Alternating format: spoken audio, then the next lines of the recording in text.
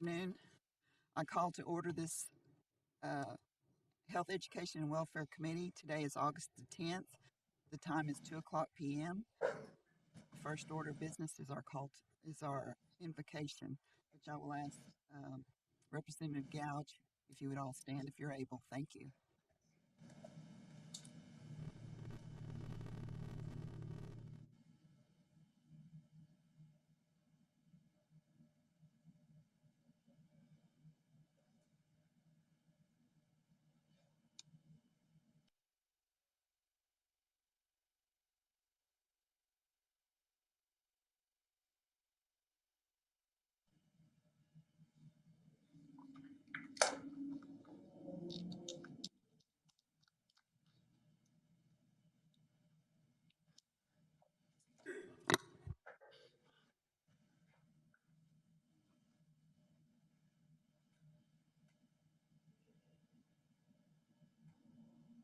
No, Representative Gouge. Roll call, please. Mary Crawford. Present. Joyce Steer. Alega. Leonard Gouge. Here. Robert Huff. Alega. Anna Marshall. Present. Madam Chair, you got 5 present and 0 absent. 5 present and 0 absent. 0 absent constitutes a quorum. Any business conducted will be considered official. The order of business, we are going to move the rural fire department applications to the bottom of the list because they're on their way. Our first order of business will be TR 22-110, a tribal resolution of the Muskogee Creek Nation authorizing the election board to execute an attorney contract between the Muskogee Creek Nation Election Board and CCAT Law Firm. Sponsor Anna Marshall, which was postponed on July 13th, 2022.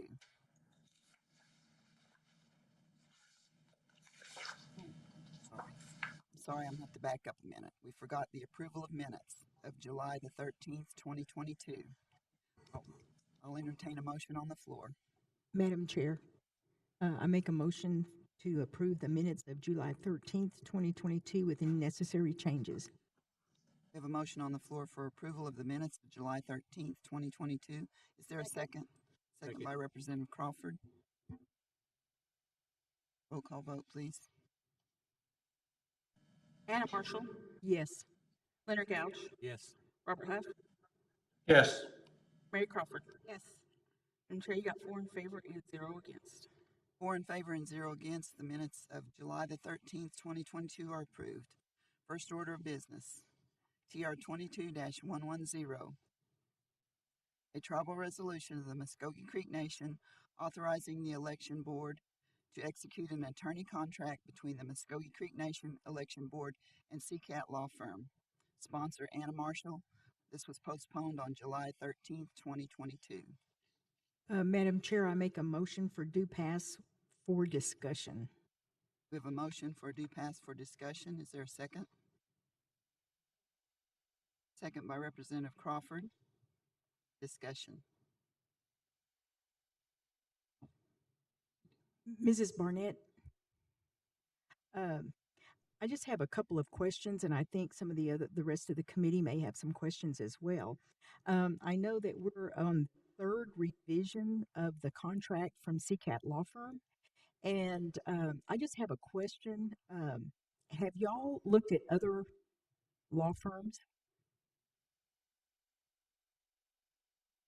I'm going to speak from what I know. As you all know, I was just recently added to the board, and so I was not privy to conversation prior to joining.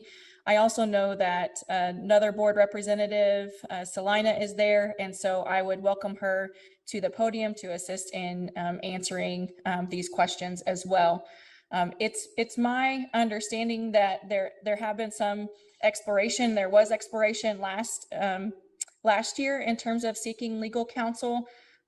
And there was a conflict of interest in another individual who was also representing a formal tribal councilman in a separate case. And so this particular law firm has experience with our election code. They have experience with the election board and our court system. And so we do believe that they are exceptionally qualified to serve in this capacity due to their experience and having already that prior knowledge of the election code. Ms. Dorn. Yes, hello, Council. I'm Selena Jane Dornan, and I'm the Vice Chair.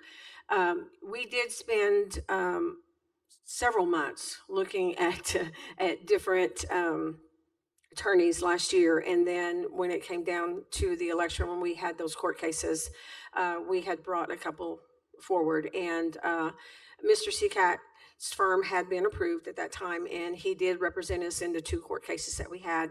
And he, of course, helped us to win those cases. At the time, he was fairly new at our tribal elections, and he spent a lot of time learning our laws. So we feel very confident with Mr. Seacat that he, had took the time to study the Title 19, and that he now is very familiar with our law. Also, that Mr. Seacat is not charging us a retainer fee. He will just be there for us when we do need him. And, we're just working to uphold our election laws, and we just feel like we really need to get that in place and out of the way so we don't have that to worry about should something else come up in the upcoming election. Looking at the attorney-client contract that was submitted to the committee, it still shows his rate at $400. And it's our understanding that most attorneys that do business with the nation who also have tribal experience with tribal law, and our codes as well, don't charge this much. Could you elaborate on that, please? Yes, I know that is a big concern, but also I know that a lot of the other law firms do charge a retainer fee, a monthly retainer fee, just to keep them even if we don't need them. And I think that will offset the costs. At the last election, we had 2 court cases, and I'm not sure if you were given a copy of the invoice, but the total invoice was about $7,000, and that was the total hours billed, and that was probably half of what our budget was even approved for. So we have it in the budget, and by looking around, I know that there are probably some that are maybe less expensive, but Mr. Seacat is very professional. He has been around for a long time, and we just felt comfortable that he was well worth the money that we spent. There was a small increase from last year due to just inflation in itself, and the cost of living. But from what we have checked, the prices kind of vary according to experience and what cases they've won. Okay. Thank you. Okay. Could we have an opinion from the Attorney General, please?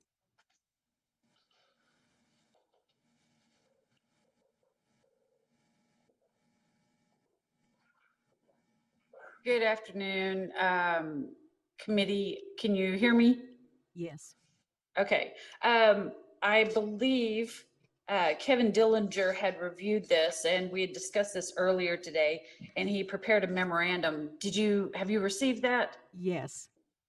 Okay. I would also, the hourly that is reflected in paragraph 2 of the attorney-client agreement was still of concern. Also, as reflected in the memorandum, paragraph 3, previously, the attorney-client contract reflected specific rates for anyone in-house that would be assisting on any type of work. But paragraph 3 has kind of gone the other way for us, in that we don't know who would be performing the work or at what rate they would be charged. So the previous issues that are reflected in paragraph 2 as well as paragraph 3 would be of concern. And I would further reference to the memorandum prepared by Attorney Kevin Dillinger on this matter. Thank you. Thank you, ma'am. I could maybe speak to the removal of those additional individuals. Mr. Seacat did remove the other staff members or their rates that were listed because they are dedicating, he's dedicating his time as well as that of the paralegal or office manager, and they would be the only two individuals that would be working on our case should we need their services. Is that correct, Selina? Yes, yes, it is. It was a little confusing, I think, and they agreed that under this particular contract, that only Mr. Seacat and his office manager, paralegal, would be the ones working on this. And she does most of the research and, helps him with the, and also, as she did state, that a lot of people are happy that she's doing it because it does keep the cost down. So, but I know that she worked very closely with him and during the last court cases and helped us to be very successful in that. Counsel, if I may, with respect to those comments, and thank you. What I don't see then with having dedicated persons to assist Mr. Seacat on that, they generally have their hourly billing rates listed.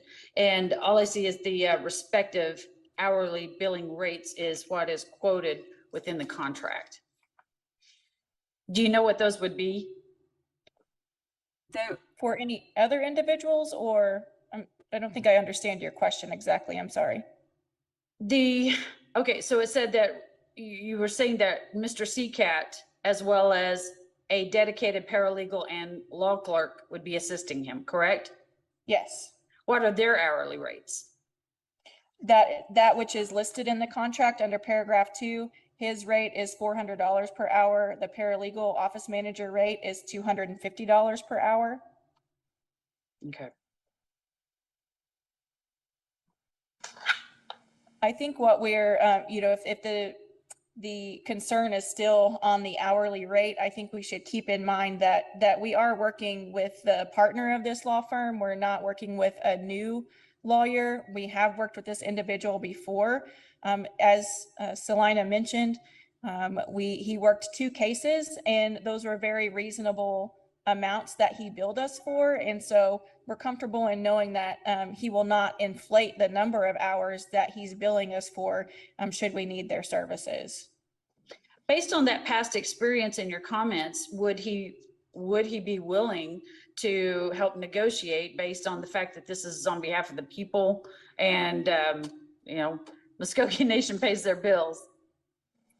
Well, I think we also have to be respectful of the nature of his position and this is his way of living as well. He must pay his own bills. He has overhead expenses that are associated with the law firm. So whereas an individual who, like yourself, who works for the tribe may not have to cover your own office space rental and other employees that you have working in the office. I think that may be part of the difference in the rates that we're seeing. But to me, I think that he's been very amenable to the changes that need to be made with the contract, and that it just boils down to the value of his time and what he feels that's worth. And based on the services that we previously received, we do agree that it is worth the hourly rate that he has quoted there. Those were my concerns and the matters expressed in the memorandum. Sorry. Thank you. Thank you, Madam Chair. I have no more questions. Are there any other questions for the election board? Chairman Deere, Robert Huft. Yes, Representative Huff, you have the floor. I have a question for the Attorney General. Yes, sir. If they don't change the hourly rate, will you guys approve this contract at all? I think that there would still, our concerns would remain the same. We would simply advise counsel of our position and and we could leave it to council to make their final decision on this matter. Okay, Mado. Mhm. Are there any other If questions? if I may add a comment, is that okay? Ms. Barnett, you have the floor. Thank you. One of the reasons that we wanted to enter into this contract prior going into the election is that so if the need arises for legal representation, we already have this in place. From what I understand, last year's election had to be delayed by 1 week because there was a delay in getting approval for a contract to be able to secure legal services for that case that was pending. And so we just want to be able to, like Selina said, to uphold our election code and to be able to host these elections and run these elections in compliance with that code and in a timely manner. Thank you. Madam I have a Chair, may I question. add? I have a question, Ms. Dornan. I had requested Mr. Harjo to send us a statement or the amount that they were charged the last time by Mr. Seacat's law firm, and he did send an invoice, and it shows that they were charged $7,525 for six, I guess 6 different dates, but it was from October the 6th, 21 to October the 21st, 21, all in 1 month. Is that correct?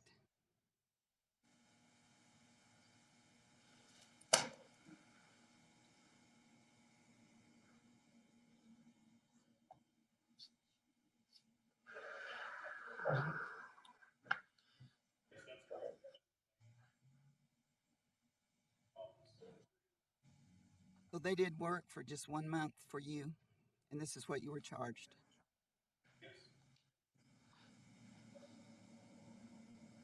And that includes 2 cases, correct? 2 separate cases. Thank you, Mr. Harjo.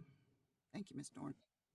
I just wanted to point out too, with something that Ms. Barnett said, as far as the delay that we had at the last election, because of that delay, it also cost us a lot more money in the long run because council had to bring or to provide more money for us to mail out all the absentee ballots. So once we have this in place, and hopefully we won't have to have another contest or something, but this is not something that, we can get done, and we won't have any kind of delays in the future with having to find a attorney at the last minute or, try to get somebody in place. Thank you. Are there any other questions by the committee? Any questions from council online or in the auditorium? Hearing none? Madam Chair, Will Lowe. Yes, Representative Lowe. Speaker Lowe. Thank you, Madam Chair. Thank you, Madam Chair. From my recollection, last time when it was election time, didn't the election board think that the Attorney General could represent them in that case? And Mr. Wiley had to respectfully decline because of his position, which put them without an attorney.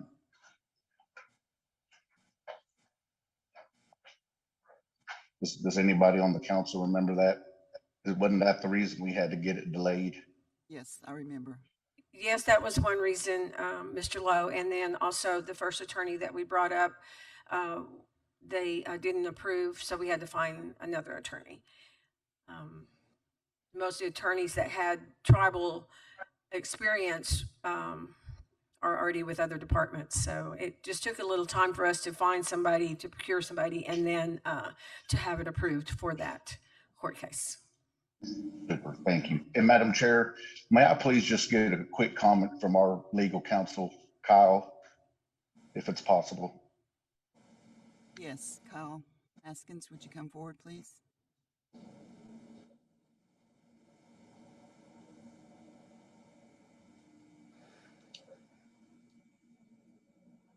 Thank you, sir. Good afternoon. This has kind of been a moving target with regard to this agreement, and I had a chance immediately before we started today to look at the most recent version. Uh, and I have a number of comments, and that's my responsibility to you. First, with regard to a retainer fee, there's really no significance to charging a retainer fee versus not, as far as an hourly rate. A retainer fee, if you give me your retainer fee, I have to put it in my client trust account. It's not my money, it's your money. And until such time as I start performing services for you, then I can bill against that money and draw down. Some agreements provide then, if a retainer fee, for example, if I require a retainer fee of $20,000, once it gets down to 10, you're required to put another 10 into my client trust account so that I can go ahead and continue to work and bill down against that. Ultimately, when the service is completed, that you get your money back that has not been billed against. With regard to attorney's fees, I haven't seen Mr. Seacat in a long, long time. It's probably been 2 decades.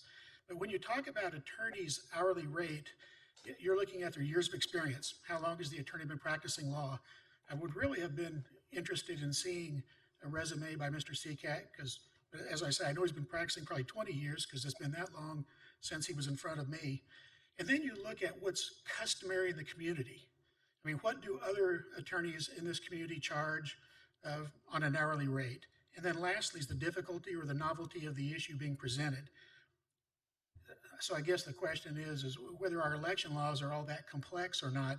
Do they justify having an attorney who's got a higher degree of expertise? And that's something that I really can't answer because I don't really know his background other than having seen him in the past. Billing statements, I kind of want to address that for a second. I haven't seen the billing statement, but anytime you get a billing statement, it should show who provided what service and what hourly rate and exactly what they did. It needs to be very, very specific. And when you look at the agreement that's given to us today, you talk about a contract has to be a meeting of the minds. Everybody has to understand what your rights and responsibilities are. This contract is more like a divorce agreement, if you will, in representing a party to a divorce action, or at least just kind of reminds me of something that's leaned towards that direction. Paragraph 3, and the reason I raise this is while there may be an understanding it'd just be Mr. Seacat and his office manager, paragraph 3 does provide for other people to provide services, and then he's to bill them out at whatever their customary rate is. I will just tell you, there's some attorneys in this town I don't believe should be doing work for the nation. And I don't know if that's who these individuals are or are not, but I would like to know who they are because I would have an obligation to express to you all whether I have grave concerns about them participating in representation of the nation. But I don't know who these individuals are. And this agreement gives him the ability to do that, even if that's not everyone's understanding. And if it's just going to be Mr. Seacat and just his office manager, paragraph 3 doesn't need to be there. So those are my primary concerns that I expressed to you. The $400 per hour, I would comment that, we hired Riaz Kanji to make our way through the Murphy McGirt cases. Riaz also has an office that's got offices in Michigan and Seattle and other places. We don't pay him $400 an hour. He's paid substantially less. I do know, in all fairness, I think that Counsel had hired an attorney in the past. I believe he was out of Michigan also, and I do believe that he had billed out a rate at $400 an hour, but that's just kind of my understanding. I never saw that agreement. So unless anyone has any particular questions for me, those are just my observations. Committee, are there any questions for Mr. Haskins? Any questions from council online or in the auditorium? Thank you, Mr. Haskins. Thank you.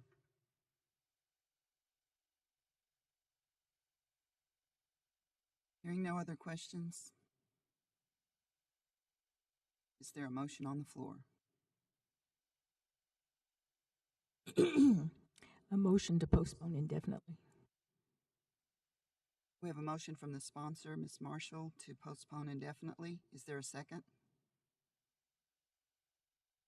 Second by Representative Crawford. Roll call vote, please. Anna Marshall, Yes. Leonard Gouge, Yes. Robert Huff, Yes. Mary Crawford. Yes. Madam Chair, you got 4 in favor and 0 against. 4 in favor and 0 against. Motion legislation TR 22-110 is postponed indefinitely. The next item is TR 22-133, a tribal resolution of the Muskogee Creek Nation authorizing the principal chief to execute a memorandum of understanding between the Muskogee Creek Nation and the Okmulgee Public Schools for Muskogee Language Services. Sponsor Robert Huft. Motion to pass. We have a motion for due pass by Representative Huft. Is there a second? Second by Representative Gowd. Discussion? Yes, I believe there's a Miss Judy's in the audience to discuss this.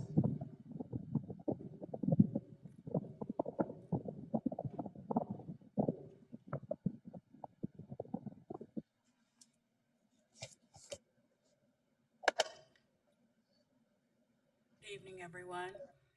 I also have Bosco Badir, who is the project manager leading this endeavor. So if we have in-depth questions, I will defer to Bosco Badir.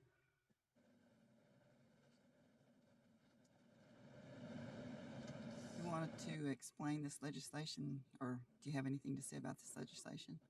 Sure. Histe Estongo Bosco Video Charles Kodos. Odogogi Amalegidowe, Kalejogi Adido no way. Muskogee Managa Adoke is one project manager. So with this legislation, what it does, it protects our speakers that are going into the public schools in the upcoming school year. In the past, we've had them put on traffic, like school traffic duty or detention. And so what we want to do is have them focus only on the language and teaching the language. With the meetings we've had with Okmulgee Public Schools, we got them to agree to have the language for K through 4th in the primary, and then 5th, 6th, 7th, and 8th in the middle school. And then we're also in a pilot program for Native American Studies in the high school, 9th through 12th. Any questions you have, I'm more than happy to answer. We have 2 teachers here with us, 2 that are being both primary and middle school. Committee, if I may, I would also like to say this would be a fulfillment of the first grant that we received with the preservation and maintenance grant that allowed us to hire the project manager and 2 instructors for the public schools. Thank you. Questions from the committee? I have one. Senator Marshall? What does that say?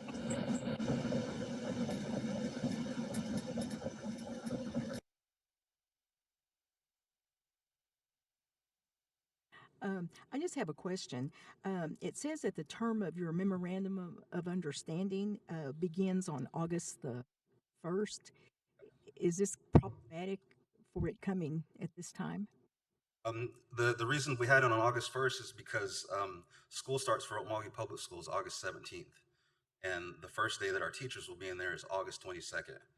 The Okmulgee Public Board of Education, they have a monthly meeting. It was supposed to be last week. They postponed it to the 16th of this month. And that was the reason for it to be on August 1st, to hopefully have it done before their board meeting so we could have the superintendent sign the MOU. Thank you. Thank you. Are there any other questions from the committee? Madam Chair, I have a question. Yes, Representative Gouge. Do you already have a curriculum set up when you go into these schools? Yeah, yes, we do. I've been working on curriculum throughout the summer, and I've also had the teachers teach online classes that prepared us to teach that curriculum in the school years. And it's based off of the current curriculum that we have, but it's going to be focused more on conversational to get people to talk as opposed to memorizing sentences. The other part of the question, Madam Chair, is once they go through this course or complete a semester, is there any kind of certificate of completion or anything? Yeah, that's an option that we're available to do. We can do that as well, and we're more than happy to do that for the kids that would complete the course. Thank you, sir. Yeah, to expand on that a little bit, we will do a pre-test assessment at the beginning of the semester, and at the end of the semester, there'll be a post-test assessment, because Through the grant I was hired through, there has to be a certain percentage amount of students that pass or get to a basic knowledge of the Muskogee language, and that's the reason for the pre and post assessment test. Good. Madam Chair, another question. I'm glad you said that because I was kind of wondering how you going to critique or measure achievements you made in the school system. The number of students that took the class, or how many have retained something through a testing, I guess. Everything is brought through our grant narrative, and it's, I believe, the number of students we have to reach within the first, we're now in second year of our grant. It has to be 180 students for the second year. And I believe the percentage is 75% that have to reach a basic understanding of the language. Now that standard is going to be set by us, me, the program manager, Judy, and our master instructor, Becky Barnett. Representative Gouge, are there any other questions? Any questions from council online? Committee online, I'm sorry. Council representatives in attendance? Madam Chair, Speaker Lowe. Yes, Speaker Lowe. Go ahead. Yes, ma'am. Thank you. Thank you. On your curriculum, I seen a press release last week, I believe it was, where the Tulsa schools approved the Kiowa language, in our own reservation in the Tulsa schools. Does the Okmulgee public schools have to approve this as well in order for it to be legit? Not to my understanding, no, they don't have to approve our curriculum because they're not going to tell us how to teach our own language, and that's my understanding on it. They didn't ask us to go through State of Education, which our curriculum already is approved through the state. It's just expanded upon the one that I've rewrote. Super. All right. But Madam Chair. Thank you, Speaker. Representative McHenry. Yes, I was just wondering, it says they're going to provide 2 Muskogee language instructors, for this school. But what will they be making as far as wages for each instructor? How will that work? I'll have to defer to Ms. Judy Montel for that. Whenever we made the grant application for the preservation and maintenance grant, there was a set salary, and they're both equivalent to one another, and it's comparable to what the instructors were making.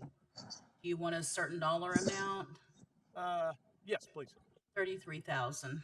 Okay, thank you.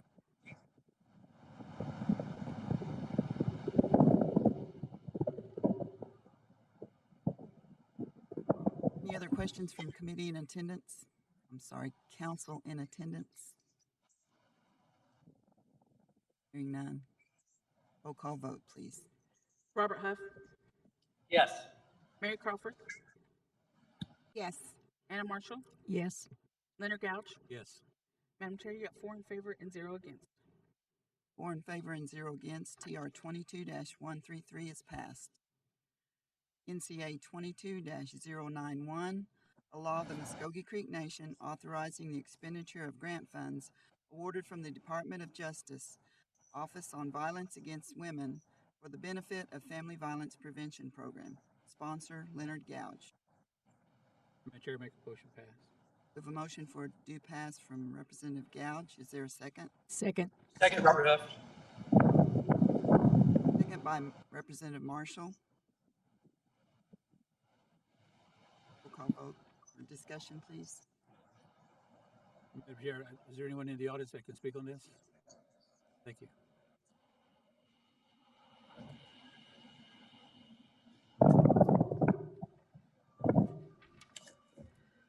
Hi, I'm Shannon Buchanan, and I am here on behalf of Sean Partridge and then Tanya. So I'm the violent crime services manager. I forgot the new title. I'm Tanya Barden. I am the program coordinator. So this is an initiative that actually started without funding. So previously we had a grant, or it wasn't a grant, they reached out to us. We were the only tribe that was participating in this. And then they decided to fund an opportunity to help build services within our nation to improve victim safety and offender accountability. So they have awarded us $500,000 to do so. In there, you'll see that we would like to fund a project coordinator. Currently, our program has about 12 grants. So we want to oversee this one, but we would like to hire somebody specifically to oversee the goals and objectives, primarily looking at changes within our code revision and just working within our systems here to improve that offender accountability and victim safety. Thank you. Could you state your first name again? Yes, Tanya Barden. Okay. All right, I couldn't hear you at first. Thank you. Are there any questions from the committee? Any questions from council online or in attendance? Hearing none, roll call vote, please. Leonard Gouch, Yes. Robert Huff, Yes. Mary Crawford, Yes. Anna Marshall. Yes. Madam Chair, you got 4 in favor and 0 against.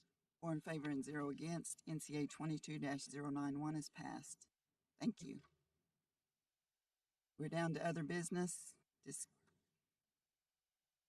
Oh, I'm sorry. The Paradise Fire Department. They have arrived. Can you come forward, please? We'll go over your application.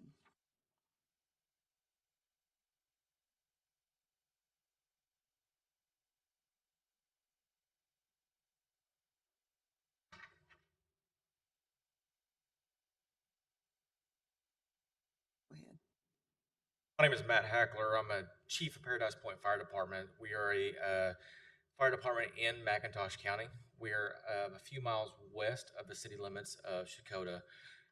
We applied for this grant. What we're doing right now is we have a couple bays that we work out of. We do not have adequate meeting facilities. So what we've done thus far is we applied for what is called the 80-20 grant to the state and the Fire Department Association. We were awarded that grant. On that, we have to reimburse that part of them funds. So that grant only gives us the slab and the outside of the building, nothing interior. We do only receive, most of our money is the sales tax, which is split between 13 fire departments in the county. That is 10%, and that is split up between 13 different directions. Our coverage area is about 20 square miles. We have about 1,817 parcels of land. We represent about 700, a little over 700 households on our fire district. The grant that we applied for is interior supplies. So we're looking at stuff for electric, lighting, office supplies, and to be able to have a community center. That way our district can have a place to have meetings and community events. Thank you, sir. Are there any questions from the committee?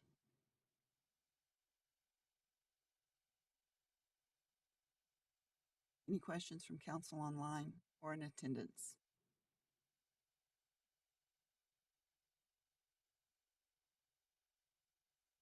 Hearing none, roll call vote, please. Oh, I'm sorry. We'll have a motion on this legislation. So moved. Representative Marshall has made a motion to do pass Paradise Point Fire Department. You have a second?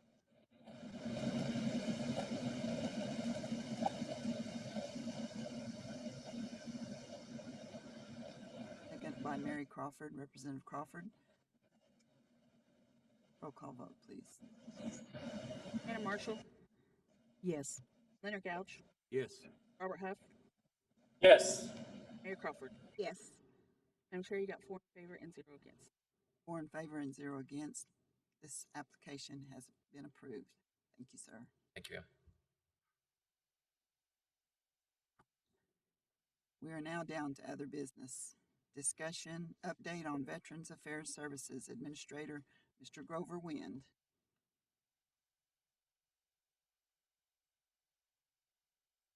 Good afternoon, Madam Chair and committee members. I just wanted to kind of give you an update. I've been asked from time to time about some of the projects we have going on and just the direction we're going in with the Veterans Office. And for one, I just wanted to acknowledge that the benefit travel has greatly increased. It's not unusual for us to see 4 or 5 veterans a day looking for benefits. Our emergency assistance for our homeless has increased also. But with this, we've got several projects online that we have talked about from time to time, but Also, the VA accreditation has been asked about. We are still waiting for our VA accreditation, which allows us to work directly with the VA and not through the Oklahoma Department of Veterans Affairs. We also, Mary Cully, the VA Tribal Liaison Officer, is following up with that. Our roof, I know Mr. Gouge had asked about our roof addition. Our roof addition on top of our building is now, has been approved. The engineers have looked at it. The contract is in the AG's office for approval. So, Mr. Gouge, we should be able to use that office before long for what was really intended for. Also, one of the things that we have talked about was with our increased traffic, we really need some more room.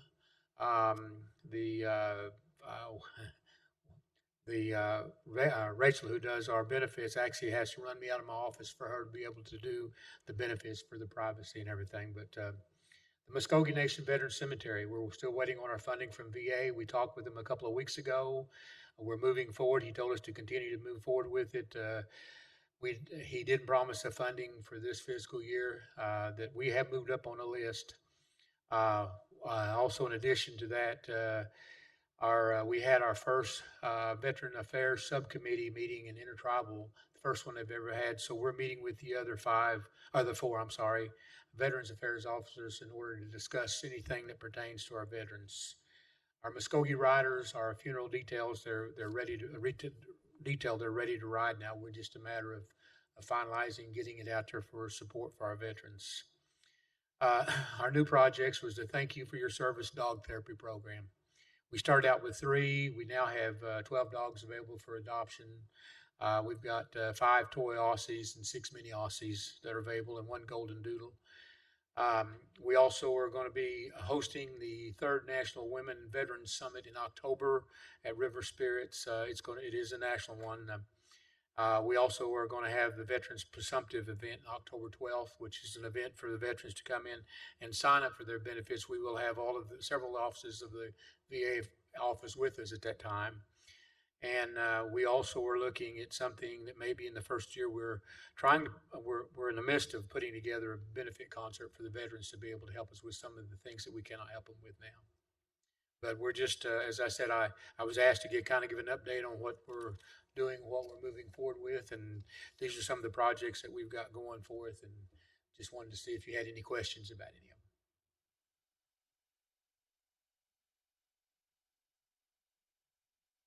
That it? Thank you, sir. Madam Chair, I have a question. Oh, we have a question from Representative Gouge, please. These rider, it's not a club, it's a, what do you call it, organization? Motorcycle riders? Mm-hmm. How much of a demand is that? How much are we paying? Nothing, it's a volunteer. All volunteer? It's all volunteer group. It's like the Honor Guard. They're all volunteers. What we have done, we're from our office, we have bought the seals or their patches for the back, but everything else is, they provide their own. Like I said, it's strictly volunteer. There's nothing paid to it. So it's just something that we see. There's a group called Patriot Riders that do the same thing for some of the other military funerals, but this is dedicated and devoted to our Native veterans and any of our Muskogee veterans that need a funeral detail. They will escort them to the cemetery or to the church, wherever it needs to be. Like I said, it's all volunteer. Right now, we have a list of about 30 riders. And again, the only thing we're going to provide for them will be their patch on the back. They'll have leather vests, patch on the back. We'll provide flags, our Muskogee Creek Nation flag, and our Veteran Seal flag, which is a little flag to run on the back of their motorcycles. But no, sir, at this time, it's really all volunteer. Their gas, their time, and everything's volunteer. Thank you. That's what I want to hear. You're 30 strong and growing. Yes, yes, sir. Thank you. Yeah, I anticipate a year from now, from the response we're getting, I wouldn't be surprised if we had over 100 riders available. Oh, I know. Good job. Thank you. Are there any other questions for Mr. Wind? I have a question. Representative Marshall. Mr. Wynn. Yes. This morning, the president signed in the law that was on the burn pit. Yes. How is that? Is that going to be a good thing for our veterans? And Yes. how many do you think would participate in that? And how many are affected? Well, it's hard to put a number on, but any of the veterans that participated in any of the Desert Storm, Afghan wars, even the Vietnam wars, there are some that we weren't able to get. Yes, it's a very good thing. We've already put something out on our Facebook for all our veterans to come in and apply, and any of them that was in any position with burn pits or Agent Orange, we feel like that we need to apply for those benefits because the VA department is really just now recognizing some of the effects from those Agent Orange and burn pits. Yes, it is a very, very, very good thing. It's been long overdue. Thank you. Thank you, Representative Marshall. Are there any other questions from the committee? Any questions from council in attendance? Hearing none. Thank you, Mr. Wind. Appreciate it. Next item is Health Systems Update by Secretary of Health, Mr. Sean Terry. Thank you, Madam Chair. Good afternoon, committee. I guess I'll start today with the status of COVID throughout the nation. Through the month of July, we experienced about the same positivity rate for COVID-19 that we did last month, which was about 21%. All of our facilities are continuing to follow the CDC guidelines and stay masking and trying to stop the spread the best we can there. We are looking at some of our practices, especially at Council Oak, as patients are having to walk up to the facility and then they have to get tested. They go back and get in their car and then they have to drive around and do all these things. We're trying to button that up where we make that a whole lot easier on patients. So you should start to see some changes happening right now with some of that. The COVID-19 vaccine, as of this month, we've administered 50,922 doses so far. The Omicron subvariant BA.5 now makes up the majority of the cases around here. It still spreads very, very quickly.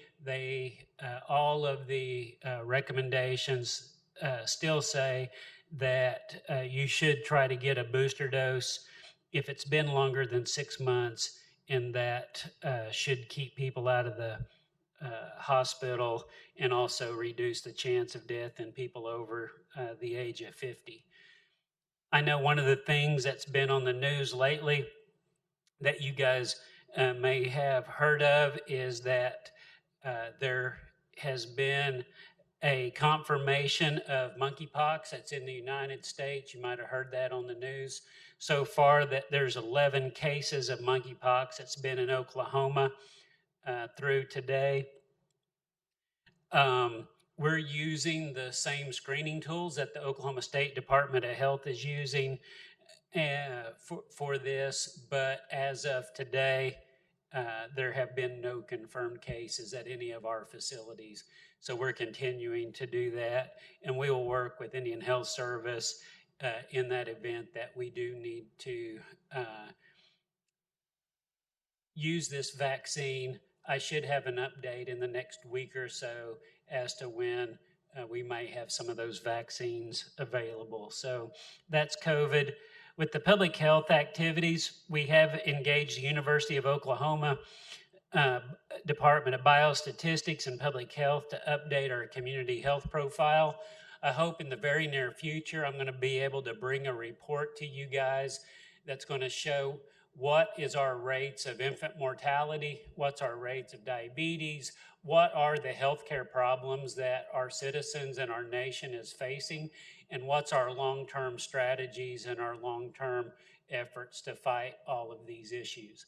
So I'm going to have this report available in the very near future, and we'll talk about what we're doing to combat that. So we're really excited about that. And so our new Surgeon General is leading those efforts in helping put that report together. We are developing a comprehensive diabetes program at Council Oak. We've engaged Dr. Shaw, who's an internist, she came to work on our post-COVID clinic, and our patients really haven't responded as we were hoping to post-COVID, to come into our post-COVID clinic. So Dr. Shaw is going to be focused now on all of our diabetics that have a hemoglobin A1C over 9, and that's going pretty well. I think we saw about our first 10 patients this week of out of control diabetics, and our nation is just going to be that much better off every time we bring those diabetic numbers down. It's going to cost our system less money. Our folks are going to be healthier. So we're really going to be on the offense about driving down those A1C numbers.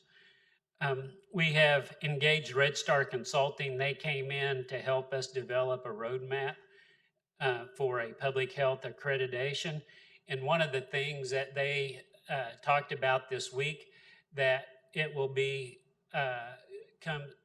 something that I believe that you guys and the Department of Health will need to work together, is that to have a strong healthcare code in your nation, you really need to develop tribal public health code. And so in the near future, I would like to bring these guys in, talk to you about what creates a strong public health code, and is this something that we need to get maybe the HEW committee to take a look at and help us start to develop tribal public health policy throughout the nation. So you guys will be hearing more about that very soon. And then we've also implemented a new in-home tobacco cessation program that's designed specifically to help pregnant women. And so the Baby and Me tobacco cessation program uses technology and incentives to help women stop smoking. So that continues to be something that we still deal with, but we're excited for that tobacco program to expand. Just jumping into the finances, the total collections for June was about 16 million. I'm happy to announce that that was another record by the Department of Health. Finances tend to be very strong. With Counsel Oak, all of our loans that we have on Okima Hospital, Eufaula Hospital, the Counsel Oak Hospital, everything, I think on a daily basis, the Department of Health spending about $500,000, and we collect about $500,000, and that's, so we're running right there. Our reserves are, we have reserves that if we were to have a crash or a crisis and had to stop something today, I think that we can keep the Department of Health running for about the next 6 months without having any problem or having to lay off anybody. So financially, we're very, very solid. And we've got about a year to get this Counsel Oak Hospital online and churning money, and we'll be back even in a better financial position for that. And so we saw our first 2 patients last week at Counsel Oak, our inpatient, and I think we're up to about 8 now. And before we get a hospital license from CMS, we have to do 30 inpatient cases with a average length of stay of 2. So that's going real well. We're excited. We've been adding services every week to Counsel Oak. The last thing that I would like to address with the council, I know that there's going to be representatives online, and many of you that I've talked to on the phone or in person have heard about some of the phone issues that we've had at some of our facilities. They say that we call, we can't get an answer. The phone just rings and these guys aren't answering the phones. And so we started digging last week into the root cause of a lot of this. And what we found is this wasn't a people issue, it was a technology issue. And several years ago, the nation invested in this new phone system, and the technology was good. The phones are nice to have. It was a nice upgrade. But when you call one of the facilities, and we're going to take Okema for example. When you call Okema, the automated answering machine would answer, "Thank you for calling the Creek Nation Community Hospital. For the hospital, press 1. For the clinic, press 2." And you would press the number 2. Then it would say, "For outpatient, press 1. For dental, press 2. For radiology, press 3. For optometry, press 4. And then if you pressed 1, it would ring to medical records for scheduling. And if that scheduling clerk was busy with a patient, it would ring 4 times and it would ring to the next clerk.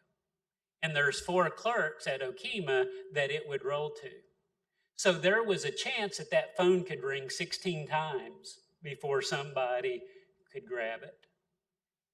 And then if one of those clerks said, "I'm going to lunch, I'm going to forward my phone to the clerk on the other end of the table," she would forward that phone and the phone would loop the entire time. It would never go to an operator. It would loop from that phone to that phone.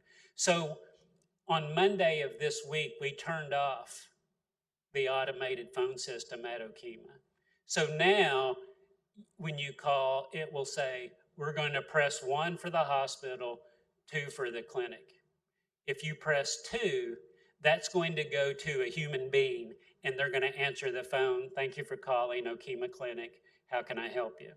If you press 1, it's going to go to an operator and they're going to say, "Thank you for calling the hospital. How can I help you?" So with all the technology that we are today, you still can't beat somebody picking up and answering the phone. And that's what we're going to go back to until we get this fixed. So I have teams of people. We're going to go facility by facility.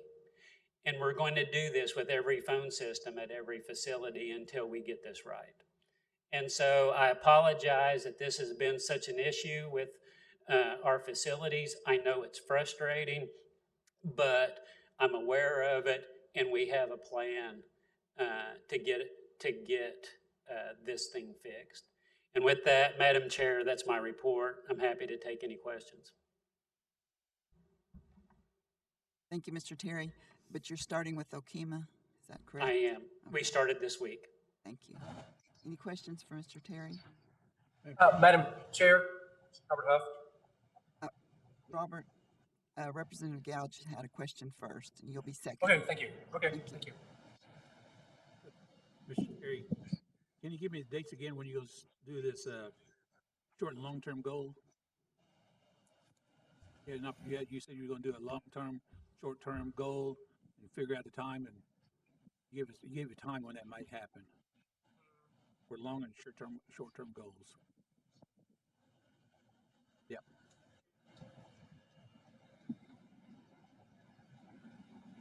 So I don't know that I can give you any specific dates. I hope that if we can get this report built in the next couple of months, which they were going through it when I left the office today, they had that. If I can present it to you guys by next month, and then I think that we can start setting some goals of where we want to be, Mr. Gouge.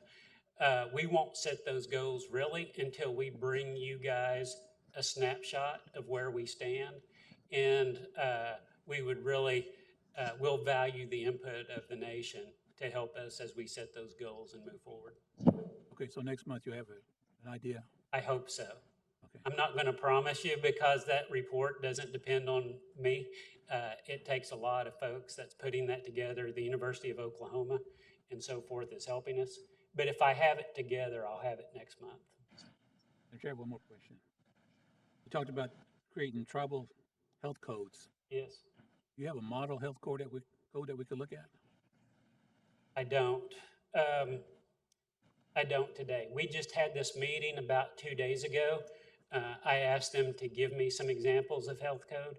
And so if I get that electronically, I will forward that to the speaker and I'll ask him to send that to you next week. Thank you. You're welcome. Representative Gouge, Representative Huff, You're next. Yes, Sean, where are we in stages with the new Sepulpa clinic? I'm sorry, did You anyone know, understand? where are we in the phase of with the new Sepulpa clinic? The new Sepulpa clinic? Yeah, where are we at in terms of the stage wise? Are we just architects? Have we got land? Becky told me yesterday that she has a meeting, I believe, on Friday, Representative Huff, to meet with someone to look at 3 pieces of property. And so she feels like that we're getting close to identifying a site. I think that we have gotten the size of the clinic modeled out using Indian Health Service standards. It's about 150,000 square foot building. We believe that's a little too big for what we really need. We think we can scale that back down probably closer to 100,000 feet. But when we get the property located, get the property bought, we'll be ready to start design on the property. Okay, thank you. You're welcome. Thank you, Representative Huff. Are there any other questions by the committee? Any other questions from council in attendance? Hearing none. Thank you, Mr. Terry. Madam Chair. We are down to announcements. Are there any announcements from the committee? Hearing none. We're down to our adjournment and benediction. I would ask Representative Marshall if she would do our benediction, which will serve also as our adjournment. Please stand if you're able.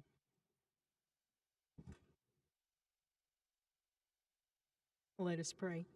Creator God, we just thank you for leading and guiding us today as we went about doing the tribe's business. And we just ask that you just continue to be with us each and every day. And we just thank you for all the blessings that you bestow upon us each and every day. And we just ask that you just go with us and that you just grant us peace and just grant us harmony that we can move forward. And we just ask all these things in your name. Amen. Madam Representative Marshall, we are adjourned at 3:03 p.m. Covered a lot of territory. So we did a lot in an hour.